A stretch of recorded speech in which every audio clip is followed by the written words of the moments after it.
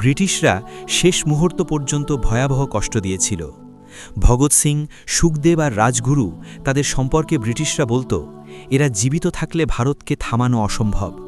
সেই জন্যই তাদের শাস্তি ত্বরান্বিত করা হয়। ফাঁসির দিনের আগেই ব্রিটিশ অফিসাররা মধ্যরাতে দরজা ভেঙে ঢুকে পড়ে, কারণ তারা ভয় পেয়েছিল যদি সকাল পর্যন্ত অপেক্ষা করে ভারতের মানুষ জেল ঘিরে ফেলবে। শেষ মুহূর্তে ভগৎ সিংকে কোনো বিদায়, কোনো পরিবারের সাথে দেখা কিছুই করতে দেয়নি। তাদের হাতে শুধু একটা প্রশ্ন, তোমার শেষ ইচ্ছা কি? ভগৎ সিং হাসলেন, বললেন, দেশ যেন জেগে ওঠে, এটুকুই চাই। ফাঁসির দড়ি গলায় দেওয়ার আগেও তিনি বলেছিলেন, ইনকিলাব জিন্দাবাদ। ভাবো দাদা, যে মানুষটাকে ব্রিটিশরা কষ্ট দিয়ে দমাতে চেয়েছিল, তার শেষ হাসিটাও ছিল দেশের জন্য। যদি ভগৎ সিং তোমার হৃদয়ে আজও বেঁচে থাকে, লাইক করো, শেয়ার করো আর কমেন্টে লিখো, আমি হার মানতে জন্মাইনি।